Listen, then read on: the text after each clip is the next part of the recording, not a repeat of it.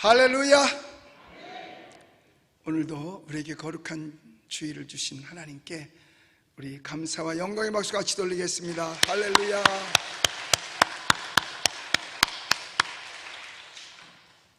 그리고 이 시간 우리 현장에서 함께 예배를 드리시는 우리 모든 성도님들과 또 온라인을 통해서 전 세계에서 이 예배에 함께 참여한 모든 분들에게 하나님의 크신 축복과 사랑과 기적의 역사가 이 시간에 충만하시기를 예수님의 이름으로 축복합니다.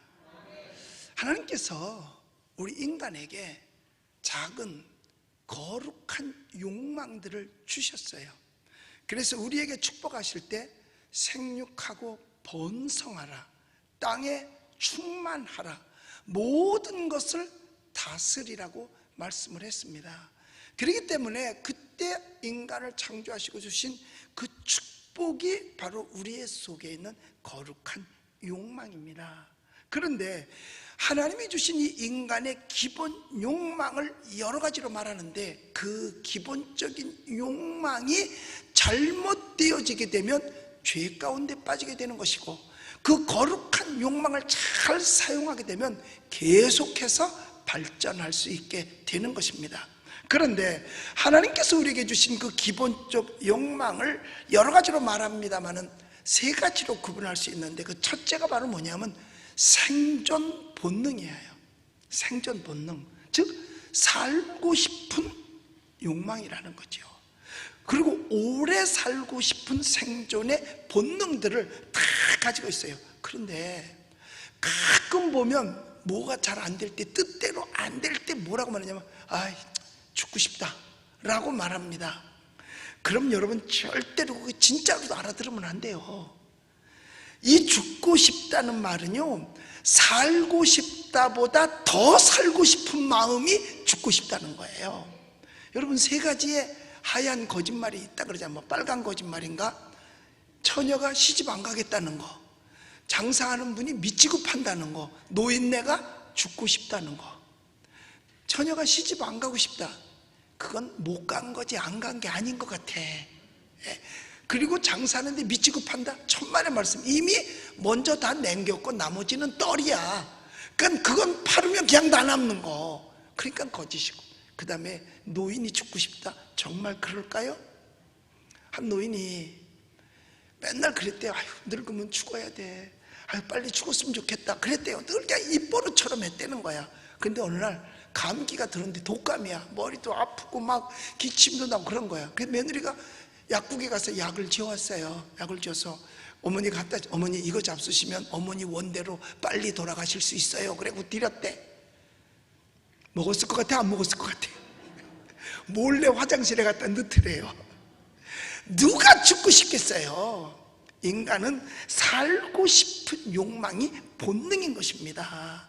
그러니까 이 살고 싶은 마음이 때때로는 먹고 싶은 마음으로 바꿔지기도 하고, 혹은 소유욕으로 나타나기도 하는 거죠. 또 생식 본능으로 나타나기도 합니다. 어쨌든 살아남고자 하는 거죠. 만일 이런 본능이 없었다면요, 사람은 발전할 수도 없었을 것이고 이 땅에 살아갈 수도 없었을 거예요. 태어나자마자 어린아이가 어머니의 젖을 빱니다. 본능이에요. 본능. 여러분, 젖 먹는 걸 가르쳐준 사람이 단 한 명도 없습니다. 그냥 나면 그냥 무조건 젖을 빨아요. 저도 아이들 둘을 길렀습니다만은 이게 어느 정도로 본능이냐 하면은요, 아이들 혼자 눕혀놓고도 볼에 뭐 하나 딱 다져 확 돌아와요.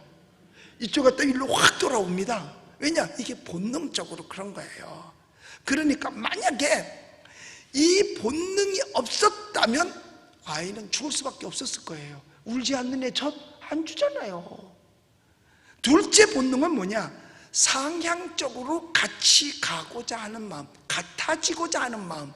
그래서 안 될 때는 끌어내려서라도 같이 가고자 하는 마음, 같아지고자 하는 게 그게 본능이에요. 이런 걸 갖다가 뭐라고 말하느냐 하면 사회적 본능이라고 이야기하는 겁니다. 누가 집을 사면 나도 사고 싶어요, 새 집. 누가 새 차를 사면 나도 새 차 사고 싶다니까요. 다른 사람이 가진 것 있으면 나도 갖고 싶어요. 그렇기 때문에 속담에 사촌이 땅 사면 배가 아픈 거예요. 왜? 나도 사고 싶으니까 배가 아픈 거죠. 그래서 이와 같이 가지고 있는 사회적 본능이 뭐냐? 상향적으로 같이 갖고 싶은 거예요. 같아지고 싶은 거고요. 그래서 그게 안 될 때는 어떤 현상이 나오느냐? 끌어내려서라도 같아지고 싶은 거지요. 그래서 내가 못 살 바에는 다른 사람도 못 살아야 되고, 내가 할 수 없는 일은 다른 사람도 못 해야 되고, 그리고 하면 불편하고, 그래서 생긴 속담이 뭐예요? 못 먹는 감 찔러나 보자. 너도 못 먹고 나도 못 먹자는 이야기죠.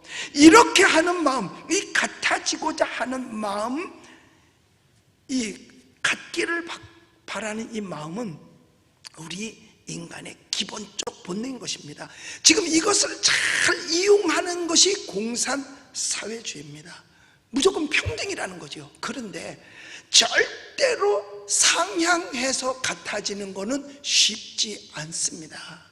가장 비근한 예로, 여러분 성적으로 어떻게 같아질 수 있겠어요? 공부 잘하는 애하고 못하는 애하고. 그런데 하향으로는 같아질 수 있다니까요. 뭐냐? 시험 잘 치는 애가 에이 그냥 빵점 맞자, 그리고 안 하면 그냥 같아지는 거예요. 자, 키가 다 똑같지 않아요. 그럼 다 세워놓으면 작은 애도 있고 큰 애도 있단 말이에요. 적은 애가 어떻게 큰 애처럼 똑같이 될 수 있어요? 못해. 그러니까 상향은 조정이 안 돼. 그럼 어떻게? 끌어내려야지. 너 숙여, 고개 숙여. 그래가지고 맞추면 같아질 수 있는 거죠. 이게 우리 인간이 가지고 있는 기본적 본능이에요. 이것을 또한 소속력이라고 하기도 합니다. 그래서 어딘가 끼고 싶다고 하는 것, 우리는요 상향적 같아지고자 하는 본능을 가져야지, 하향적으로 끌어내려서 갖고자 한다면 절대로 인간 사회는 발전할 수가 없는 거예요. 그리고 소속력, 끼고 싶어하는 거, 어디 있는지 같이 있고 싶어하는 거죠. 그러니까 젊은 사람들끼리 뭘 한다고 하면 나이 많은 어른들은요 서글퍼지는 거죠. 젊었다고 저들끼리만 논다고. 또 역시 어른들끼리만 모여서 뭐를 하면 젊은이들이 자기네들끼리만 한다고 불평할 수 있습니다. 그러니까 사람은 어디엔가에는 이렇게 같이 살고 동참하고 싶고 같이 끼고 싶은 게 인간이 가지고 있는 본능이에요. 그렇기 때문에 같이 끼지 못하는 것을 뭐라고 말하느냐? 왕따가 된다는 거죠. 그래서 괴로운 겁니다. 왕따 당하면. 왜? 나는 저 같은 부류에 끼고 싶은데 쟤는 껴주지 마. 이게 왕따잖아요. 그럼 그 왕따 당한 사람이 괴로운 거예요. 왜? 자기 본능을 이용할 수가 없기 때문에, 본능대로 못하니까. 그래서 이런 거를 사회적 본능이라고 얘기해요. 세 번째는 뭐냐면 정치적 본능입니다. 정치라고 그러니까 거창한 것 같지만 누구나 이 정치적 본능은 다 지니고 있습니다. 이건 뭐냐면 뭔가가 되고자 하는 마음이에요. 무엇인가 지배하고자 하는 마음. 그러니까 소꿉장난을 놀아도 서열이 나눠져요. 그리고 아이들 놀이를 해도 보면 병정놀이 하면 반드시 서열이 나눠지는데 다 뭐가 되고 싶으냐? 나 대장할게. 나 대장할게. 그럼 넌 뭐가 될래? 나는 군인 할게. 병사 한다는 거겠죠. 예, 병사 군인 하는 거야. 그래서 삼촌한테 너 이 다음에 커서 못 할래? 난 군인 될 거야. 그럼 적군한테 죽는데 그럼 난 적군 할 거야. 뭔 말인지 알죠? 여러분, 이 누구든지 간에 어린아이든 어른이든 내 마음대로 지배하고 싶은 게 본능이에요. 하나님께서 인간을 창조하실 때 그걸 주셨어요. 너희는 모든 만물을 다스리라 그랬잖아. 짐승도 다스리라 그랬잖아요. 그래서 인간은 다스리는 본능을 가지고 있는 겁니다. 이게 얼마나 소중한지 몰라요. 되고자 하는 마음, 다스리고자 하는 마음, 보이고자 하는 마음, 이런 마음을 또한 정치적 본능이라고 얘기하는 거예요.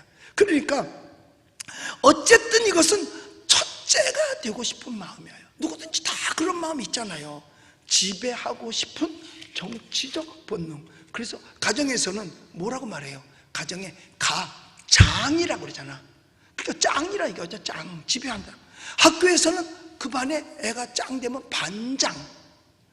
심지어는요, 가정 부인이라 할지라도 그 하나 거기다 더 붙여서 뭐라고 말하냐면 주부라고 얘기합니다. 그 주자가 무슨 주자인 줄 아세요? 임금 주자예요.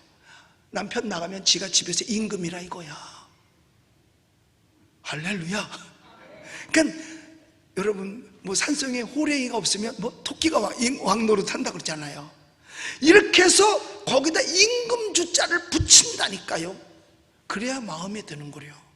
다스리고 싶은 마음인 겁니다. 성경은 이런 본능 자체를 결코 정죄하지를 않았습니다. 본능을 통해서 하나님은 축복하셨고 본능을 통해서 우리에게 계속 역사하고 계시기 때문에 그래요. 그러니까 여러분 먹고 싶은 욕망이 없다면 음식이 복이 안 돼요. 먹고 싶지 않은데 무슨 음식이 복이 되겠어요? 복이 아니죠. 신명기 28장에 보면 하나님께서 우리에게 축복을 하실 때 뭐라고 말하느냐면 세계 모든 민족 위에 뛰어나게 하실 것이요. 정치적 욕망이잖아요. 그 다음에 뭐를 얘기하느냐면 성읍에서 복을 받고 들에서 복을 받고 자녀 소산이 복을 받고 우양의 새끼가 복을 받고 떡반죽 그릇이 복을 받는다 그랬어요. 이 모든 것이 다 인간이 가지고 있는 본능입니다. 그 본능 위에 하나님이 축복을 하시겠다는 거죠. 그러니까 소유욕이 없으면 물질이 복이 될 수가 없는 거예요. 떡반죽 그릇에 포도즙 틀에 복을 주시라고 하신 말씀은 인간의 기본 본능에 적중하는 말씀드려요. 그리고 뭐라 그랬어요? 내가 너희를 높이리라, 내 이름을 창대하게 하리라, 내 날이 장구하리라. 이 모든 축복들 전부가 기본적 인간이 가지고 있는 본능에 다 적중하는 말씀 드린 것입니다. 원칙적으로 우리 기독교는요 금욕주의 아닙니다. 염세주의도 아닙니다. 이런 것들이 타 종교에 비해서 기독교의 특징이라고 할 수 있어요. 모두가 여러분 금욕주의 해보세요. 인간이 발전하게 생겼나? 금욕주의인데 무슨 인간이 발전하겠어요? 모두가 다 염세주의로 빠져보세요. 뭐가 하나 제대로 되는 게 있겠는가? 집을 하나 짓겠어요? 산속에 들어가서 살지? 그렇기 때문에 타종교들은 기독교를 뭐 이기적이라고 말하는 하나님이 주신 본능이에요. 그래서 첫째가 되고 싶은 욕망, 이거 절대로 버리면 안 됩니다. 그게 있어야 보람도 있고 행복도 있고 추진력도 생기는 거고, 소유욕도 버리지 말아야 됩니다. 인간에게 있어서 가장 크게 가지고 있는 것이 소유욕입니다. 내 거, 이거 지키는 거죠. 이거 다 가지고 있어요. 제가 옛날에 우리 고아원에 자주 갔는데 그 고아들이요 자기 몫이 딱 되면은요 절대로 누구 안 줍니다. 그러니까 뭐 누가 와서 이렇게 구제를 해주고 가잖아요. 일단 자기 거는 챙겨. 그리고 이제 옆을 돌아봐. 자기 거는 안 건드리고 남의 걸 뺏으려고. 이게 소유욕이거든요. 그런데 이 소유욕의 인간적 본능을 뺏어버리는 게 뭔지 아세요? 공산주의입니다. 공산주의는 자기 소유가 없어요. 땅이 자기 게 아니야. 집도 자기 게 아니야. 그냥 준 거죠. 소유욕에 대한 행복이 없어지는 것입니다. 이게 공산사회주의의 이게, 그래서 이것을 뺏음으로 말미암아 인간의 기본 본능을 없애버리기 시작하는 거예요. 그리고 평등코자 하는데 상향하는 것이 아니라 하향하게 만들어서 모두 다 똑같이 못 살게 하는 거예요. 똑같이 잘 살 수가 없다니까요. 상향은 절대로 맞출 수가 없어요. 아무리 공부를 해도 1등을 따라갈 수가 없는 것처럼 말이에요. 인권적 욕망도 있어야 됩니다. 상향하겠다는 인권적 욕망, 이 모든 욕망을 하나님이 주신 축복으로 받고 그 욕망을 대신 어떻게 하면 제한할 수 있고 어떻게 다스려서 승화시켜 나가느냐 하는 게 문제인 거예요. 에덴 동산에서는 하와가 그 욕망을 잘 다스렸으면 될 텐데 다스리지 못함으로 말미암아 죄 속에 빠지게 된 거예요. 하나님이 주신 욕망이 우리 가운데 거룩한 욕망이 있기에 우리 인간은 계속해서 발전해 오고 아름다워지고 있는 겁니다. 오늘 본문에 보면 한 어머니가 이 같은 기본 욕망을 가지고 나와서 예수님 앞에 소박한 한 여성으로서 우러나오는 소원을 이야기하고 있는 겁니다. 이 어머니가 누구냐? 바로 요한과 야고보의 어머니예요. 요한과 야고보는 형제거든요. 어쩌면 뭐 우리 대한민국 어머니들이나 다를 거 없어요. 똑같아요. 왜? 자식 출세시키고 자식 잘되게 하는 거, 이거 싫은 사람이 어디 있겠어요? 다 잘되기를 바라죠. 그걸 여실히 지금 오늘 성경에서 말해주고 있는 겁니다. 두 아들이 예수님의 제자인 것만으로는 엄마가 만족하지를 못하는 거야. 자녀가 만족하지 못하는 게 아니라 엄마가 만족하지 못하는 거예요. 그래서 엄마가 이제 나대기 시작하는 겁니다. 어차피 제자가 될 바에는 수제자가 되는 게 더 낫지 않겠냐 이거죠.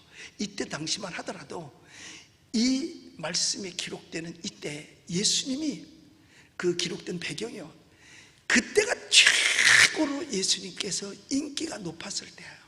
사람들이 예수님을 육신의 왕으로 섬기기까지 하려고 했었어요.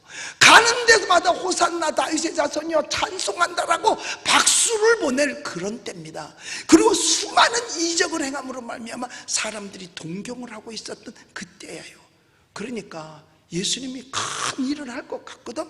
그러니까 내 아들이 거기 가서 오른팔 왼팔, 오른손 왼손, 오른쪽 왼쪽에 앉아야 되겠더라 그 말이에요. 그래서 하나는 좌편에 하나는 우편에 앉히고 싶은 마음이 가득했던 거죠. 예수님은 우리가 아는 바와 같이 12제자를 거느리시면서 늘 사셨잖아요. 그런데 그 중에 특별히 누구를 가까이 했느냐? 세 제자, 베드로, 요한, 야고보입니다. 그러니까 변화산에 올라갈 때도 이 세 제자만 데리고 올라가요. 그리고 야이로 회장장의 딸이 죽었을 때 그 아이를 살리러 갈 때도 다른 제자들은 문 바깥에 두고 베드로와 야고보만 데리고 그 방에 들어가서 그 죽은 아이를 살려냅니다.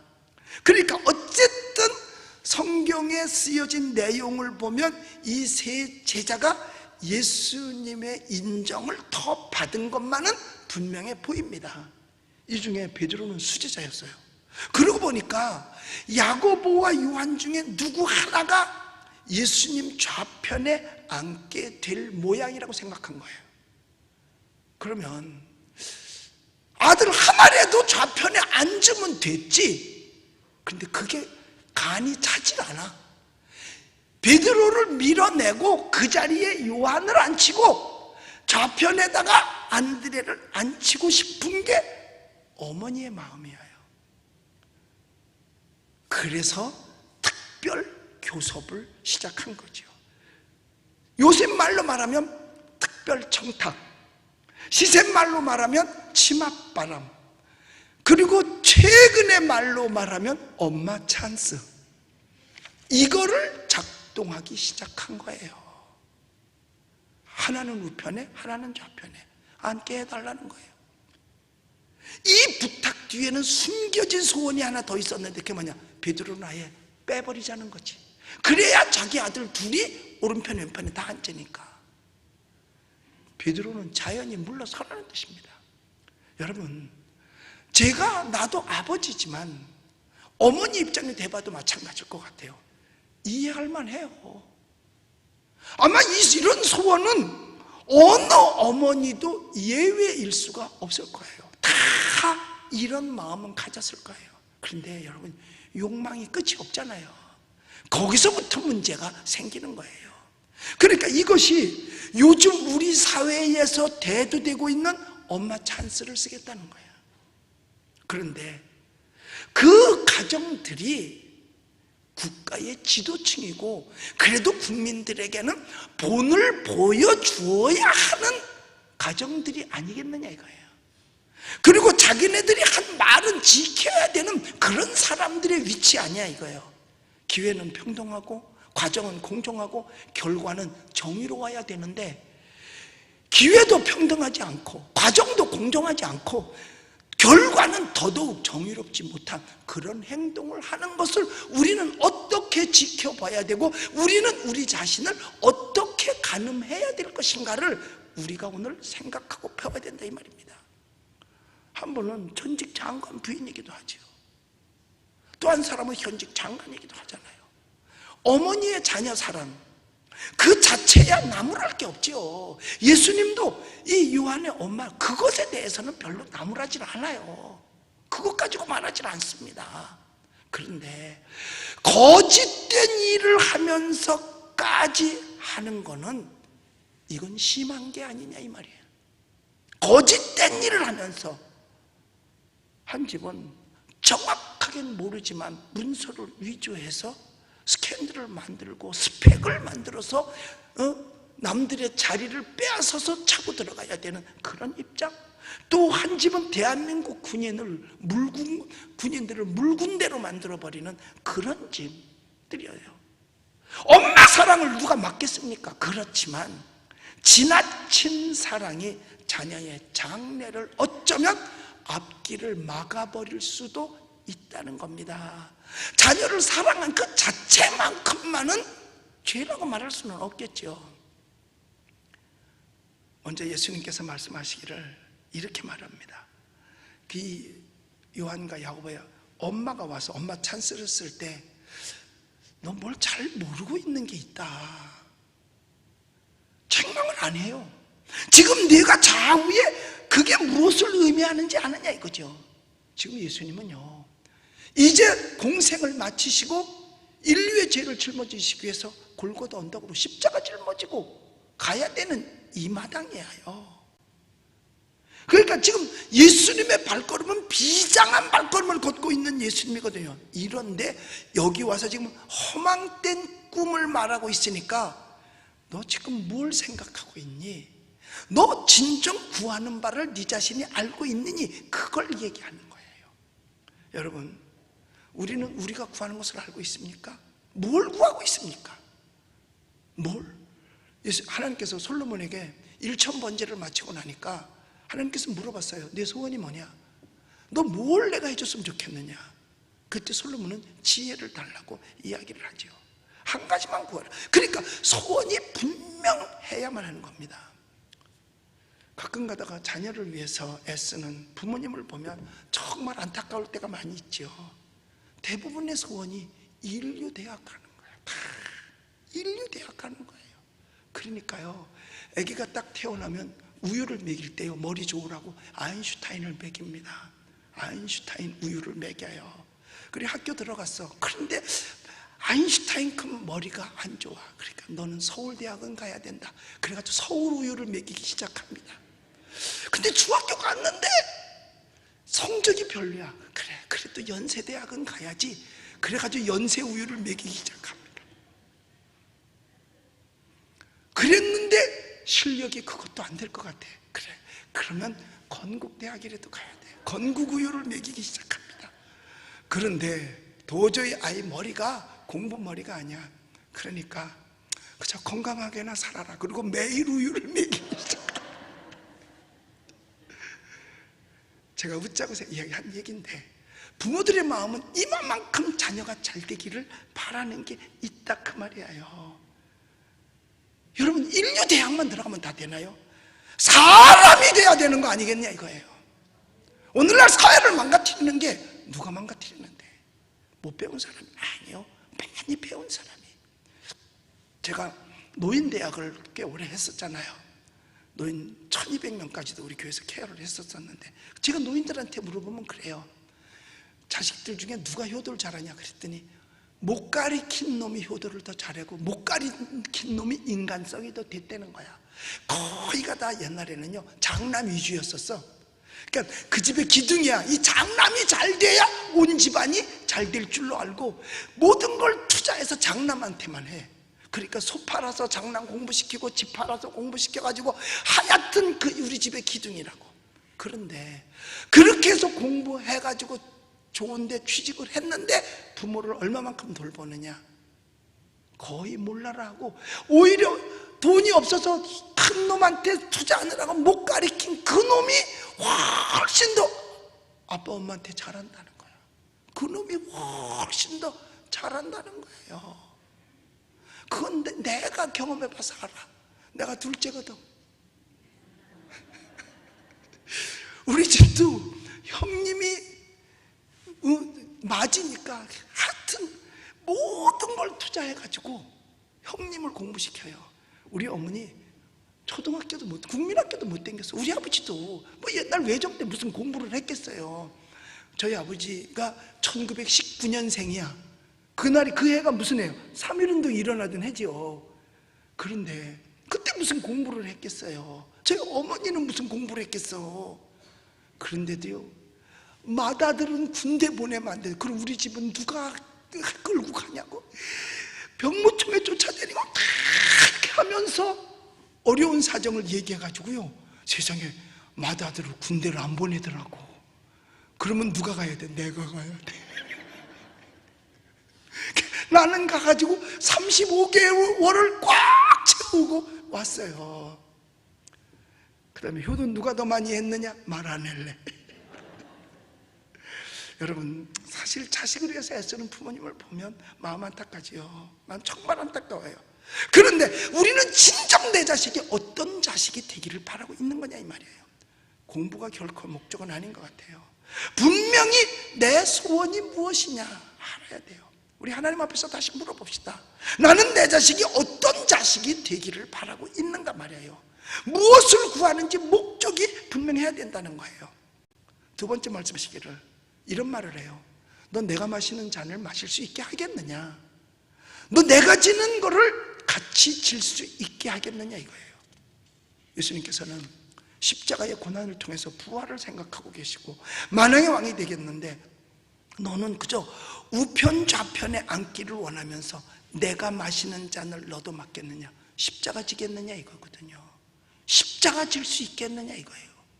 우리가 바라는 소원이 있다면 그 소원에 합당한 과정이 있는 겁니다. 절대로 저절로 되어지는 게 아니거든요. 십자가 없이 부활의 영광 꿈도 꿀 수 없는 거예요. 여러분, 그래서 그리로 향하는 길이 있고 노력이 있어요. 지불해야 될 엄청난 대가가 있다는 말입니다. 절대로 거저되는 것은 아닙니다.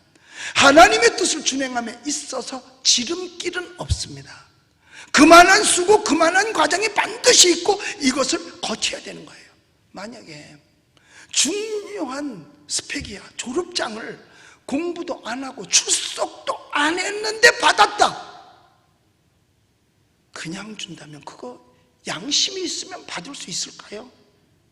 높은 지위를 거저 준다?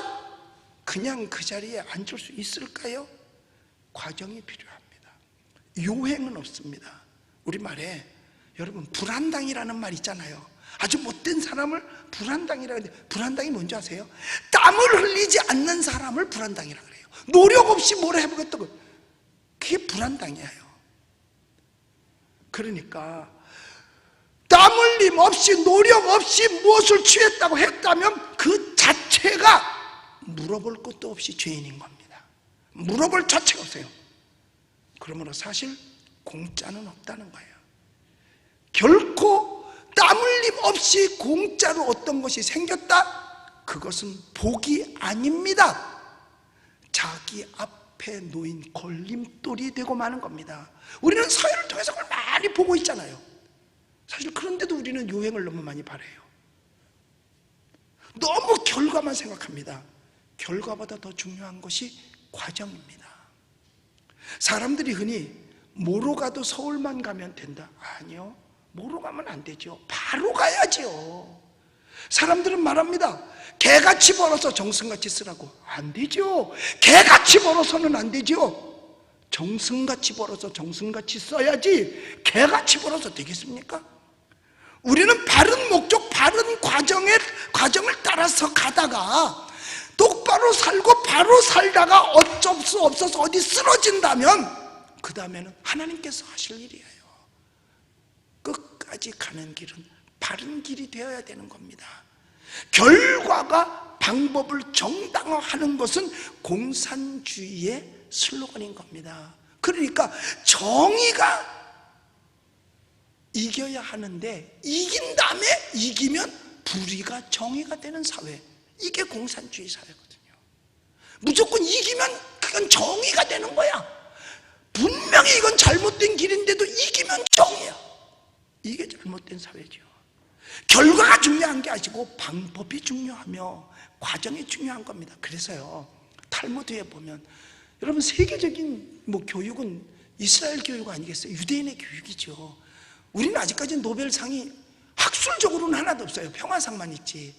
그건 평화상인 거예요. 학술적으로 된 건 아직까지 하나도 받지 못해요. 이건 우리나라가 전 세계의 강대국 10개 개국에 들어가는데도 불구하고 노벨상이 없다는 건 이건 부끄러운 일입니다. 그런데 그 유대인은 절반을 유대인이 노벨상을 다 받았잖아요. 학술적인 거. 평화상도 물론 거기 있지만은. 그런데 그들이 자녀를 할 때 이런 얘기를 해요. 자녀들에게 일을 가르치지 않는 것은 도둑질을 가르치고 있는 것이다 라고 말했습니다. 아니, 아무것도 안 했는데요? 그 자체가 지금 도둑질을 가르쳐주고 있다는 겁니다. 왜냐? 일을 해야 벌어먹을 텐데 벌어서 먹는 방법을 가르치지 않았으니까 얻어먹든지 도둑질하는 것밖에 더 있겠냐 이거예요. 일을 가르쳐야 된다는 거죠.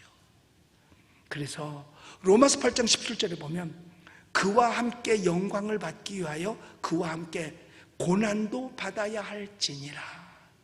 그러니까 어떠한 영광도 고난을 거치지 않았다면 그건 사기라는 거죠. 그건 사기라는 거예요. 여러분 생각해 보세요. 지금 올해 올림픽이 열려야 되는데 이 코로나 팬데믹 때문에 올림픽이 못 열었어요. 그러니까 이 선수들이요, 올림픽에 한번 나가려면 4년 동안을 고생을 합니다. 그럼 그들이 꿈꾸는 게 뭐예요? 금메달이잖아요. 그건 영광스러운 거예요. 전 세계 70억 인구 가운데서 그 종목에서는 제일 잘한다는 거 아니야. 그러니까 영광스러운 자리죠. 그런데 빈둥빈둥 놀다가 가서 금메달을 딸까요? 천만의 말. 그랬다면 사기겠죠. 여러분, 고난은 함께 하지 않고 영광만 받겠다는 것은 이게 불안당의 마음인 거예요. 땀 흘림 없이 하겠다는 거예요. 우리는 축복이 거저 떨어지는 것으로 생각하기가 쉽습니다. 그러나 그렇지 않아요. 그건 안 되는 거지요.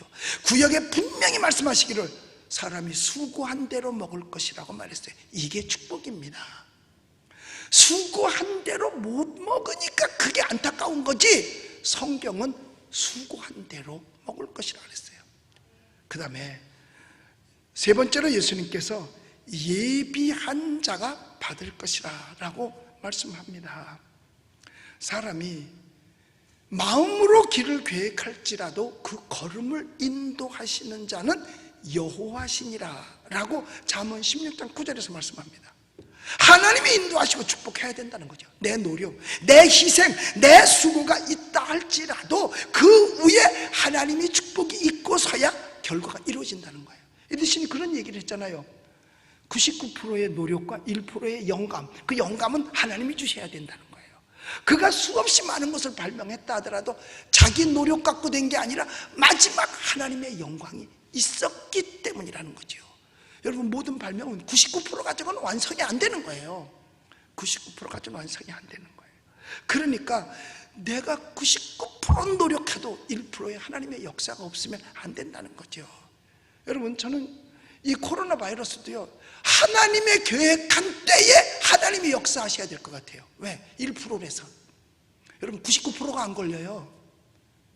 99%가 감염이 안 된대요. 그러니까 모든 검사 이거를 해보면 거의 확진율이 1%가 나와요. 1% 미만이 나와요. 그러니까 99%가 확진이 안 걸리는 거야. 99%가 안 걸리는 거예요. 그러면 거의 안 걸리는 거잖아. 그런데 99%는 얘기를 안 하니까 맨날 1%의 확진자 몇 명 그것만 얘기하니까 우리가 겁을 내는 거잖아요.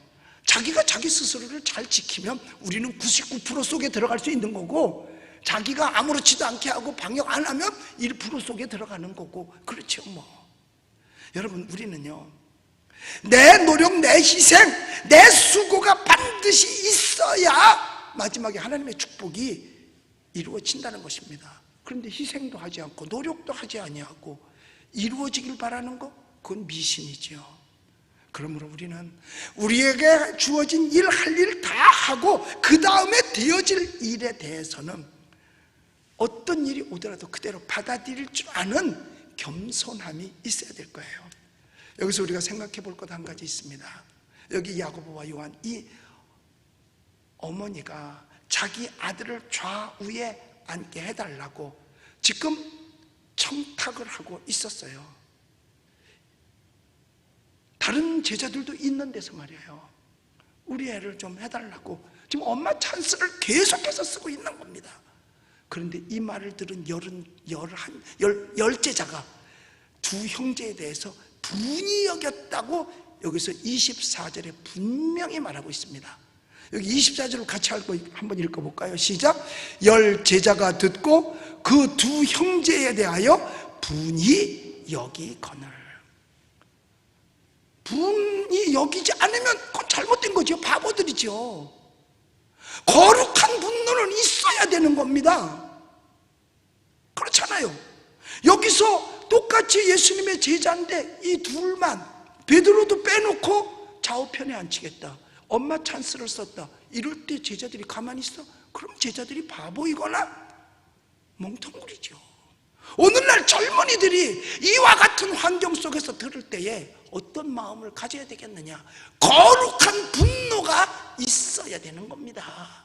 제자들이 분이 여겼다. 왜 분이 여겼는데? 어이없이 지금 공차를 타겠다고 하는 거 아닙니까? 무임승차하겠다는 거 아니겠어요? 여러분, 출세라고 하는 것이 좋지요. 그러나 무조건 좋은 것만은 아닙니다. 잘못된 불의한 방법의 출세는 오히려 그 사람을 올고 매는 포승줄이 되어버리고 마는 것입니다. 엄마 찬스를 쓴 자녀들, 그 엄마 나중을 한번 생각해 봤을까요?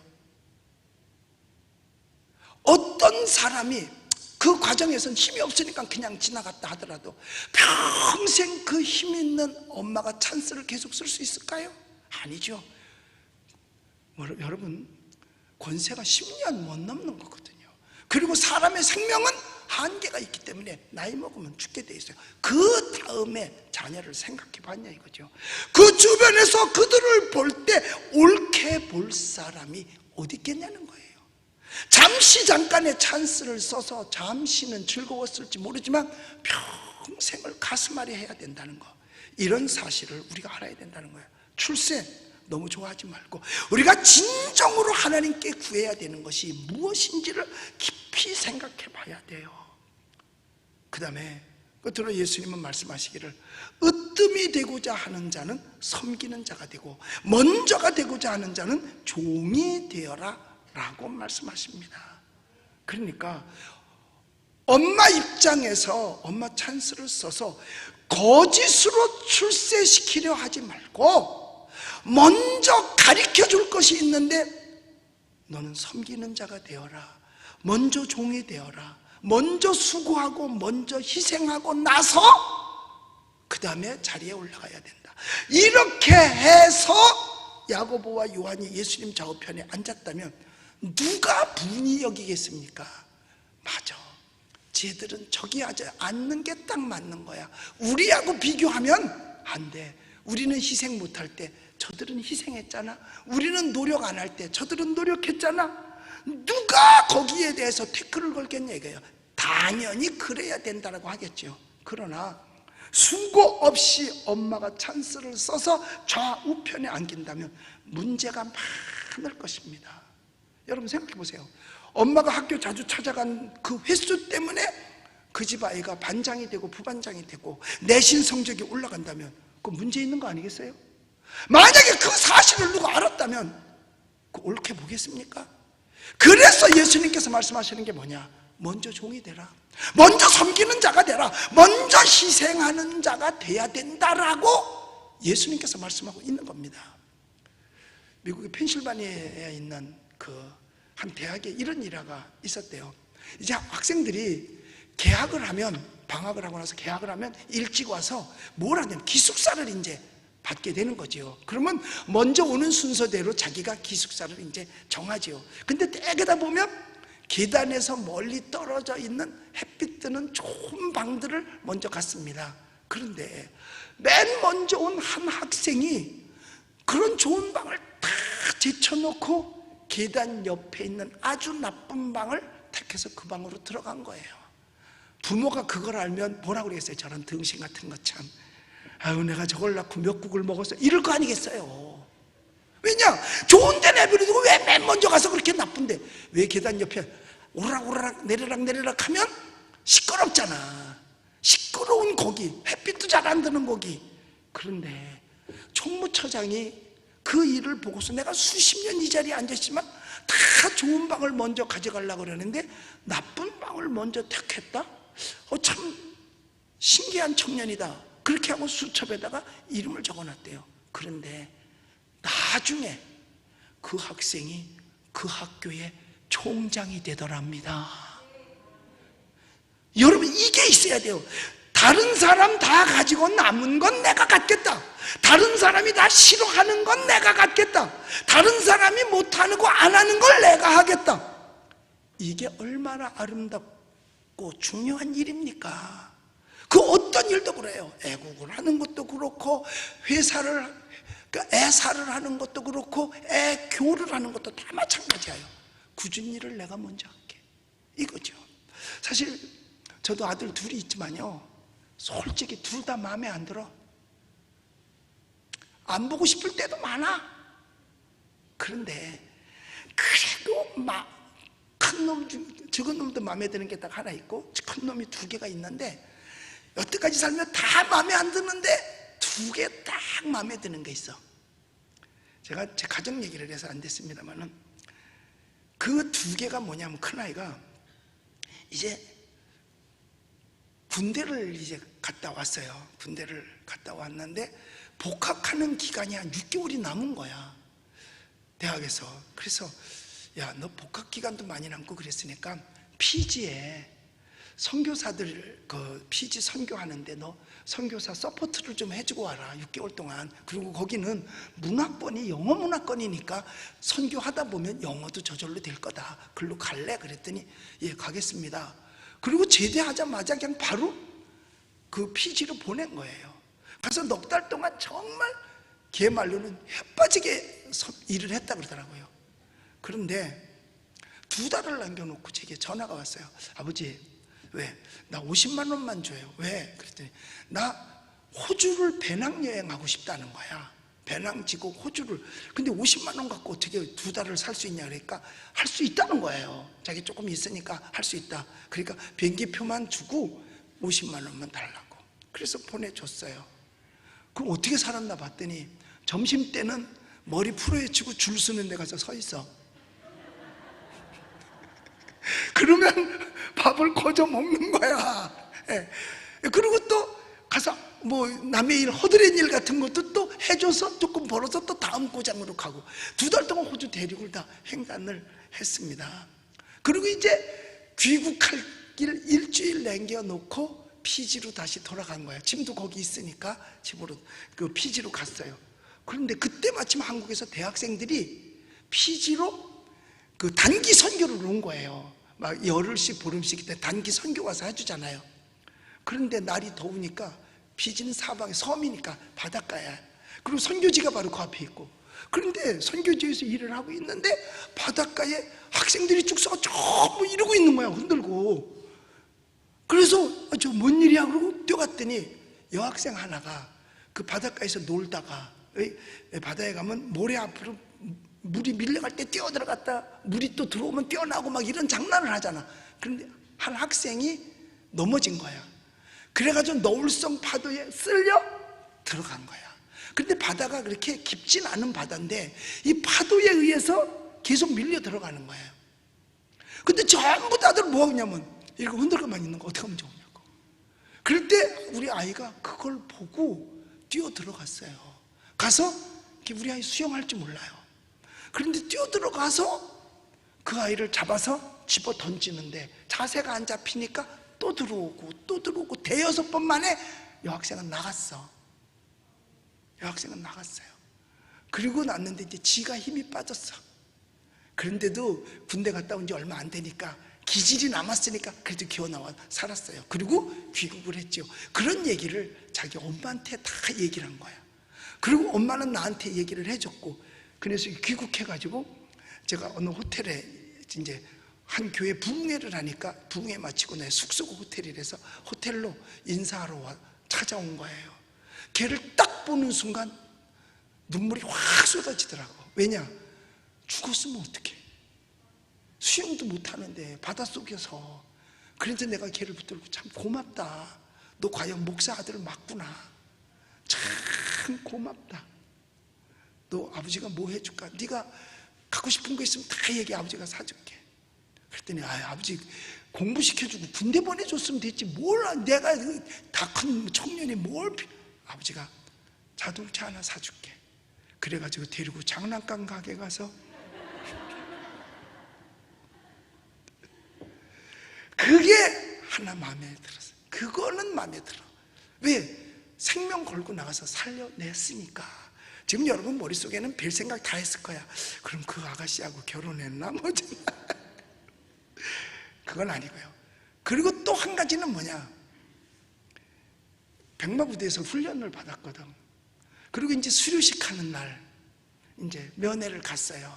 2달 동안인가 봐 훈련을 받고 났는데 25년 전이야. 훈련을 이제 거기를 갔는데, 그래도 그때는 내가 부흥회를 많이 다녔어요. 그리고 군대도 부흥회 가고, 그래서 뭐 장군들도 많이 기도도 해주고 막 이래서 군내 좀 많이 알았었어요. 그래서 내가 그 면회 가가지고, 야, 너 가는 곳이 좀 힘들지 않냐? 그러니까 아버지가 아는 사람이 있으니까 혹시 좀 얘기를 해서 좀 편안한 곳으로 좀 빼면 어떻겠냐. 그때는 그게 가능했었어요. 그런 게 옛날에 있었잖아 그런 거. 그러니까 제일 말단은 돈 없고 백 없으면 말단에 있다 그랬거든. 그랬더니 아버지 절대로 그런 거 하지 마세요. 나는 여기서 지금 지뢰밭에 안 간 것만 해도 나는 하나님 앞에 감사하다고.